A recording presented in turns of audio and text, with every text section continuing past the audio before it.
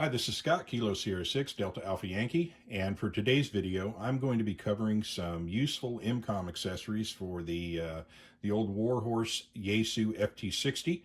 In my video review that I did on the FT-60, I made it pretty clear that I absolutely love this radio. It's one of my favorites. I use them constantly. I have two of them, and I'm very happy with it. I understand and realize that the radio itself does have a couple of deficiencies that I stated in the video, and I'm going to be talking about those deficiencies again a little bit today.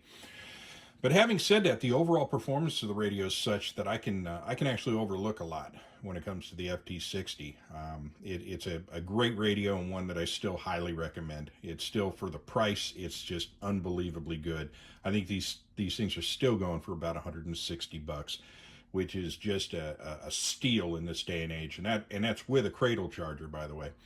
But whenever you're looking at putting a radio to work for EmComm purposes, there's a number of useful accessories that are going to extend your ability to operate and make it easier for you to do so. Of course, anybody could just charge a radio up, go out and get some limited activity with it. And a lot of people do just that. They just buy the radio and that's the end of the story for them. But again, if you're going to be operating in the field, there's a couple of things that are going to be pretty useful to you. And one of the first things that is going to be important to acquire, and while it's not the most exciting accessory to buy because you don't really get any immediate yield other than the fact that it extends your ability to operate, but that's going to be spare batteries. And I recommend this for any radio you're going to put in an EmComm bag. You need at least one spare battery, and I'm going to recommend two. With these two batteries, I could effectively operate at a fairly high tempo for probably 72 hours with not a lot of problem. Of course, you got to sleep sometime. But that would give me a pretty good ability to do my thing. But along with that, there are some power harvesting options and some alternative power sourcing options that I'm going to cover that you can bring into play that'll extend that even further. And when it comes to buying batteries, I'm going to recommend that you look towards factory alternatives for the higher end radios. The Yaesu FT-60, because it's been around a long time, there's a lot of accessories out there, and some are good, but some are not good. And when it comes to batteries, there are a lot of oddball names that you'll run across, especially if you shop for batteries on Amazon.com. You're going to see a lot of names you've never heard of before that are marketing Yaesu batteries using Yaesu product code for the battery. And in fact, it's not a Yaesu product, and my experience with some of those batteries has been pretty poor indeed. So I strongly recommend you lean towards a factory option. There have also been some guys that have taken some battery cases, and I'm not sure which they use. I haven't looked into it that deeply. I don't know if they're using an actual battery case or if they're modifying like a AA battery pack to do so, but they're setting these up with lithium-ion power sources. And while the FT-60 does use nickel metal hydride, and that battery is a bit outdated as a design in terms of weight, in terms of basically, you know, how well the battery will hold and maintain a charge and deliver the power. Lithium ion is a superior technology, admittedly. So there's some experimentation there, of course, that some guys have done, and I'm looking into that myself, just as a sort of side hobby. But I tend, when it comes to the important stuff, I tend to keep things fairly simple, and I try to keep them fairly factory. I don't get too experimental when it comes to life-saving gear. I want that gear to reliably operate. So I'm going to recommend, at least for EmComm purposes, factory batteries, and it's worth the extra money you're going to put into, because some of those Chinese batteries are just pure junk. Having said that, though, even the Yaesu factory batteries, by the way, are made in China. You know, I'll show you. Although, again, the radio itself is made in Japan, and they're pretty proud of that. If you look in the bottom right-hand corner of any of these batteries, you'll see made in China. And that case is the same for pretty much all the batteries that I've come across for Yaesu products. So they're not 100% made in Japan, which is bothersome, but there's reasons for that, I'm sure. So having said that, first accessory you're going to want to obtain is at least one battery, two if possible. Now, the next thing that a lot of people are going to want, or going to get a lot of use out of, is going to be a speaker mic. And a speaker mic is going to allow you to do a number of things. You're not going to have to handle the radio itself in order to transmit. You can pouch the radio up, keep it on your primary frequency with your keypad locked out, and then you can do all of your talking through your speaker mic that's clipped to your load-bearing harness or your clothing, and it does make life a little bit easier, a little bit simpler. Now there's, again, in terms of accessories out there, there are a lot of aftermarket microphones that you might be enticed by because they sell for the princely sum of like $12 to $14. That should be your first indicator that you're getting something that's not exactly top of the line. Now, having said that, a factory Yaesu speaker mic is only going to set you back about $35. It's worth paying the extra money and getting the factory product. Now, I'll add one more thing in before I show the speaker mics, and this relates to speaker mics in general and Yaesu. Now, while I have not heard of this being an issue with the FT-60, if you talk to people that spend any time around the FT3 radio, for instance, and I've heard some similar issues with the FT-70, what I've heard is that people using aftermarket speaker mics are having speaker mic port failures. So the actual connection at the radio is failing within the radio, and it's a part that's breaking off inside. And when you send it back to Yaesu, they can tell, apparently, according to them, they can tell that you haven't been using a factory Yaesu speaker mic, and they will not warranty cover it. So that's something to consider, at least when it comes to Yaesu. Now, the good news is Yaesu at least makes some pretty decent speaker mics. Now, having said that, though, I'll show you the first one, which I'm not a big fan of. And this is the first speaker mic I bought for the FT-60, and it's the MH34. And the first thing that struck me when I took it out of the package is just how small this thing is. It is teeny, teeny, tiny. It works great, but it's just a little bitty thing. And the clip leaves a lot to be desired. It's fairly flimsy, and it's got a very, very small, I guess you would call that part your latch, whatever that is, the movable portion. I don't know quite what you're going to clip that onto. And I have found that it doesn't really like to stay in place at all. And so overall, I wasn't ever terribly thrilled with this microphone, but I used it for what it was. But the good news is the current speaker mic that Yaesu is making for the FT-60, and this also applies to the FT-70 and the FT-3, FT-3D, is the SSM-17A. And I showed one of these, when I was going over my accessories for the FT-65. And for that one, it's the SSM-17 Bravo, I believe. But this is an excellent speaker mic. It's a little larger. It's got a much better clip, and overall performs just as well as the MH34 did. Signal reports, both send and receive, have been excellent. I haven't had anybody complain at all. So overall, I'm very, very happy with this particular mic. In fact, they have a new one out for the VX6 that has the threaded connection, and I have one of those on the way that I'll be covering when I talk about VX6 accessories. But while we're on the subject of speaker mics, I need to mention a deficiency that the FT-60 has.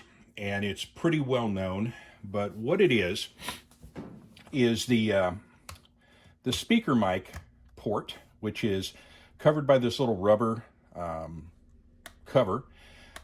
It has a kind of a bit of a problem. There's a little built-up rubber area there that doesn't play very well with the plugs. And what will happen is if you have this plugged in, radio's turned on, if this works out, and all it has to do is just work out just a shade, just a little tiny bit, what it will do, it will stay engaged with the radio. It will key your radio up, and then whatever you're saying or whatever you're doing, everyone's going to be hearing. And I don't care for that at all. And the problem is, if you're not around someone else that has a radio, you don't know this is even going on. So this could have popped out, and you're sitting there chatting away, hopefully not gossiping, and everyone's hearing it.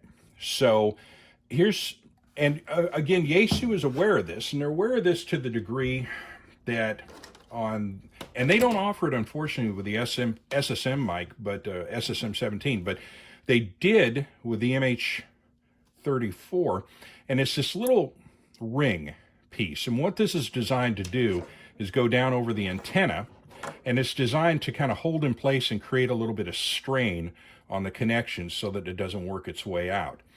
And it's a neat little thing, and I wish they would include it on the SSM-17, but they don't for whatever reason. It fits very snugly over the factory antenna, but it's fairly loose over the aftermarket antennas. But what a lot of folks actually end up doing with this is there's a couple of ways to handle this. I've seen some people literally just rubber band this thing in place, which isn't the greatest idea, because in order to do so, you either got to bring it down here, rubber band potentially across this area. If you try to rubber band up high, it's going to go over your push to talk button. Neither solution is particularly good. One that I suggest you do, there's a couple of inexpensive or real cheap ones, and one is just simply to run it under your belt clip like so. And I do this for use in a pouch. Now, if you put this thing in a pouch, one of the nice things about it being in a pouch is the pouch, especially the ones made by Specter gear, which I'll talk about in a little bit, exerts a bit of side pressure onto that plug and will keep that plug from backing out. So that's helpful in a big way.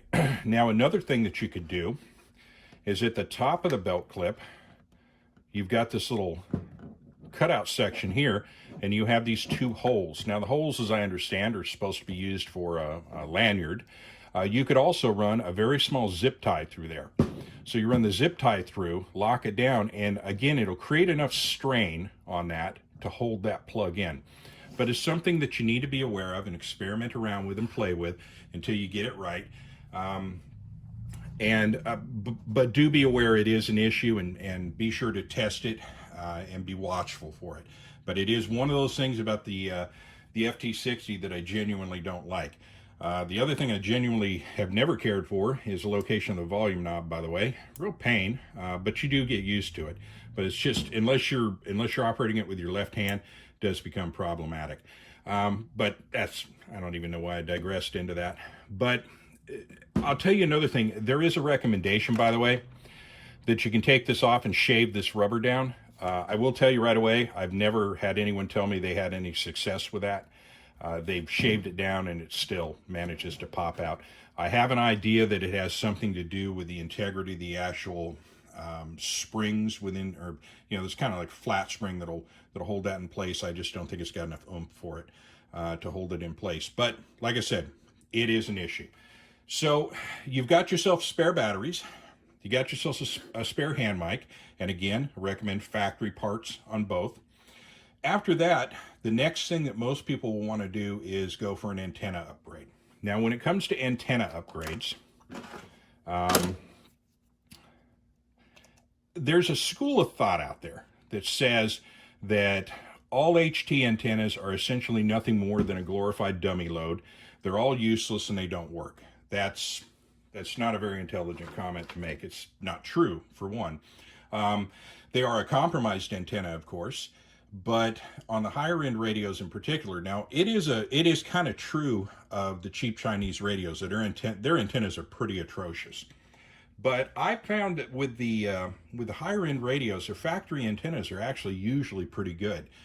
The main complaint about those antennas usually has to do with their lack of flexibility. I have bent and broken a couple of FT-70 antennas. I've talked about that before. I've never done that with an FT-60 antenna. I've also gotten excellent results with the FT-60 antenna. I've tried, and I run kind of equally antennas with whip, or radios with whips, and radios with shorter antennas. From a tactical standpoint, particularly if I'm carrying this in a load-bearing rig on my chest, I like a shorter antenna. If I go with a whip on a carrier, I usually use some kind of antenna relocation kit. I'll be talking more about that later. But when it comes to the Yaesu FT-60, I'll tell you this. I put the things on, I put it on the meter. I've compared the antenna against pretty much all of the, well, at least the aftermarket antennas that I own, such as, and I'll talk about it here in a moment, the little Nagoya. And I really haven't found that much difference in terms of performance, and then anecdotally, these things just work great for me. I've not had a problem with it. So if you're in the market for a shorter antenna, to be completely honest with you, I would just go with the factory FT-60 antenna. the other good news on that is, so let's say you want to go shorty and you want to go with an aftermarket. This Nagoya, which is an NA701, which is a great little antenna, it's actually about $9 more expensive than a factory Yaesu FT-60 antenna. Ham Radio Outlet has these for like $17 a piece. I've got a whole bushel of the things. So I have spares, and I keep spares in the EmComm bag. I really don't see, other than a bit of flexibility, bit of extra flexibility, I really don't see the necessity in terms of a shorter antenna with going with an aftermarket option for the FT-60.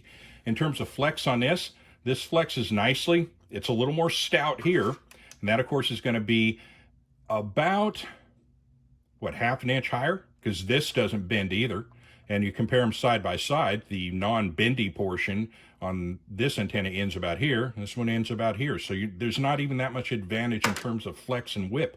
This thing still bends just fine. So like I say, my recommendation for a short antenna is going to be just to go with the factory FT-60. Now, when it comes to a longer antenna, and here we're talking the mythical whip antenna, which is going to go about 15.5 inches long. The king of the hill for the FT-60 is going to be the Diamond SRH-77CA. And let me show you that on an FT-60. That's FT-60 number 2. No jump cut there. That's real deal. Just reach to my left and grab one here. Put that there, make sure everybody knows what I'm doing.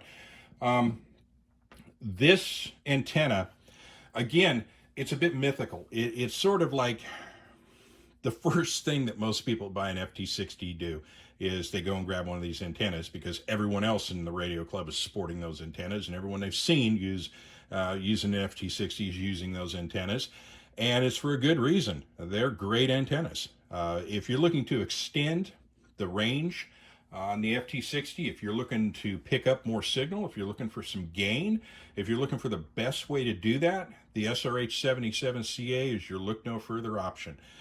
There are other whips out there. I haven't found any compelling reason to look at any others. Now, this is a part of the video where a lot of people will go down the comments section, and at least one of you will say something about signal stick. When it comes to signal stick antennas, I don't own any signal stick antennas. And it's not for any reason other than just one thing. I have heard people say great things about signal stick antennas. I've not really heard anything bad in terms of their performance. For me, I just don't like the way they look. I know it's kind of a silly way to judge a particular piece of equipment, but they look homemade because they are homemade. It's a cottage industry kind of thing that's a bit of a fundraiser to support ham study. And it's a great concept. It's a great idea, and I support it fully. It's just not a piece of kit that I'm all that interested in for myself. And that's just a personal choice. Again, I don't really see a compelling reason. I know that super elastomer metal that they use is pretty interesting.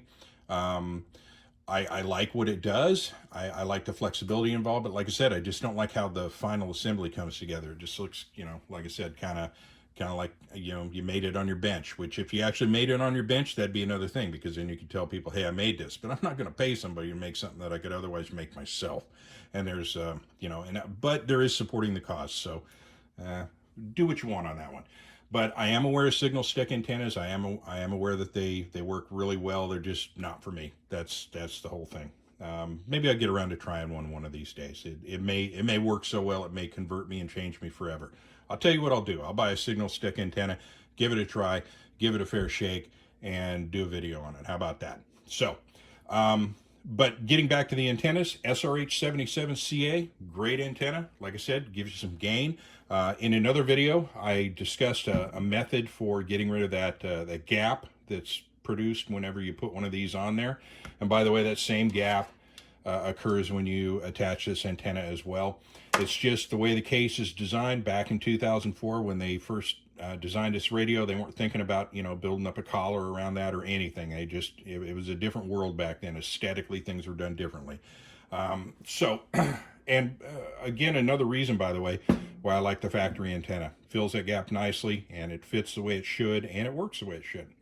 So there's your primary three things that you're going to need to get: spare battery, speaker mic, and then some kind of upgraded antenna. And even if, for instance, you did really only intend to use in the field the shorter antenna, having the longer antenna available, just in case you do need to extend that range, kind of an important thing to have. So I would say give this a look. Even if you're not a particular whip antenna kind of person, you will be genuinely surprised by how much better. It is already receives great with a short antenna, but how much better this thing receives with this antenna. It is noticeable. So, what are the next accessories we should consider? And the next accessories you're going to want to consider all have to do with extending your time on target and keeping you operating longer. And that has to do with power harvesting and alternative power supplies. One of those things that you're going to want to throw into your bag, it's really inexpensive. I don't have the part number committed to memory. And oh yeah, it's I think it's FBA 25 Alpha is what this is. This is an alkaline battery case for the FT-60. This allows you to insert 6 AA alkaline batteries and run your radio, which is kind of cool to have, especially in a real severe emergency situation where you're having difficulty getting to any means in which to recharge your radio. The ability to find AA batteries is probably going to be a little more likely. And being able to forage for AA batteries means that you can get this battery up and running pretty quick. It can also be a factor should you happen to deplete all 3 of your batteries and you need to immediately get on this. Having some spare AA's in your EmComm bag, which you should have anyway, would allow you to get your radio up and running right away while you get to recharging the 3 spares that you've depleted. Now that's a heck of a lot of radio operating, but better to have it not need it than need it and not have it. So this, for what it costs, this is a great little thing to throw in the EmComm bag. And then the another thing I'll throw in here is going to be the, let's look at the number here, SDD13. This is your DC power supply for operating off of an auxiliary port, also formerly known as a cigarette lighter in your car to anyone born back in the days when people didn't have to wear seat belts. What this is this plugs into your typical cigarette lighter or accessory port type arrangement, either in your car or, in this case, this is on my my little power supply for my EmComm kit. And what this does is this plugs into the DC, the external DC port on the radio, which is beneath the speaker mic port. And let's move that out of the way. So all you do is just simply plug this in. Now, once this is plugged in, I'll show you a little description of this. So we turn this on, we see we've got 8 volts, everything's functioning as it should. Now we plug this in and turn it on, and we get nothing. And the reason we get nothing is the act of plugging this in has now interrupted your power supply from the onboard battery and directed it to this port so that the two don't compete. Now, from there, you just simply plug it into your accessory port. I'll turn that on. And now we're good to go. And I could operate this radio from this box until that battery runs out. And that battery, I believe, is a 13 amp hour. So it's got sufficient power to keep me going for a while. In terms of, does it recharge the onboard battery? It does not. And that's an unfortunate aspect of the current design for the FT-60, is that when you plug this, you cannot charge this in this way in the field. It has to be charged in a charge cradle. Now, what I have, and you know what? Bad on me, I don't have it here. But I do have a charging cradle that has basically a modified one of a version of this, and I modified this to work with my charge cradle so that I can charge it through this box in the field. And then I have a secondary, I carry an inverter in the field as well. Should I need to use someone else's charger or someone else needs to be able to plug in, I've got the ability to do 110 also off of this box. But this is a cool accessory to have. It's great if you're on a long trip also, so that you can operate your radio in the car and you don't have to worry about depleting the battery. As soon as you unplug, it goes right back to its original 8-volt power supply. So that's a great little accessory to throw in the bag. None of these accessories, by the way, are particularly expensive. I don't think anything here costs more than $35 for any of those units. The sole exception might be the batteries themselves. I think these batteries go for about $47. I'll throw some product descriptions in the link, give you an idea of, or rather, links in the product description, whatever. Yeah, the video details. I'll show some, throw some links in there for you to be able to find some of these items. And in the event that you don't have a preferred provider, it'll be a mix of ham radio outlet and gigaparts. I try to avoid Amazon whenever possible because I don't like to contribute to billionaires that own their own space programs. That's the province of James Bond movies and shouldn't be real. But the last thing I will mention, by the way, is probably the last accessory, a bit of a shameless plug for my own company, just to kind of keep the lights on and remind myself of who pays for my radios, and that's a radio pouch. Now, if you're going to be using a radio in the field, one thing I will mention is your radio is going to be subject to being exposed to the environment. Could be a rough and tumble affair, and while belt clips are well, they're a thing, and the one on the Yaesu FT-60 is a particularly good belt clip. I don't like to rely on belt clips to keep a life-saving tool like a radio in place. I want that to be mounted in a pouch with a good positive control on it so that, number one, it's protected from the environment. Number two, it's there when I need it, and it's not somewhere on a trail 10 miles back. So real critical that you get some type of pouch to put your radio in. And in this case, of course, I'm going to recommend the Specter Gear line of radio pouches, which we offer for pretty much all of the popular ham radios that are currently out there as far as HTs go, and even some that aren't all that popular. But we have a pretty wide selection of those over at Specter. So with that, I'll kind of end the pitch. And that's kind of it as far as useful accessories. I'm sure there's always one little gizmo or gadget out there that you might find useful. There's some stuff that has no use whatsoever for EmComm, but there's some things that are probably kind of cool to look at. Gosh, I wish I had it here, but if you go to like Office Depot, they sell these little brochure slots. They're just a little clear Lexan piece that comes up at an angle, but they're particularly good for sitting on your table and clipping your radio onto, because one thing about Yaesu's, they do have a pretty pronounced wobble.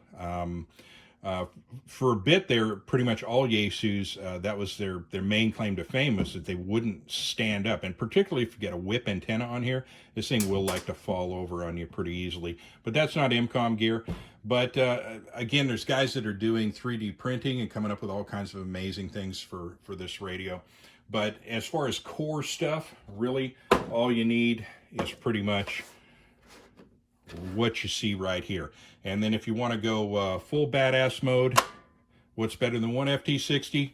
Two FT-60s. Throw a couple of those in your EmComm bag, and you'll go from zero to hero before you know it. So with that, I think I've talked far too long. This has turned into about a 25-minute video, but I will go ahead and bring it to a close at this point. Thank you for watching, and as always, be safe out there, and 73s, have a great day. This is Kilo Sierra 6, Delta Alpha Yankee, Scott in Southwest Visalia, California. Have a great day.